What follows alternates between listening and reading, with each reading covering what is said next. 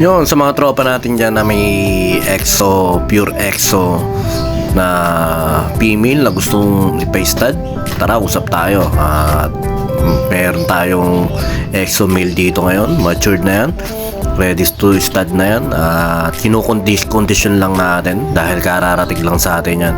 At yun, syempre maraming salamat sa tropa natin na tumulong sa atin para magkaroon tayo yan. At saka eto nga, nandito pa rin sa atin si Bossing sa mga naghahanap naman ng Persian, pure Persian big bone na mag-i-stud.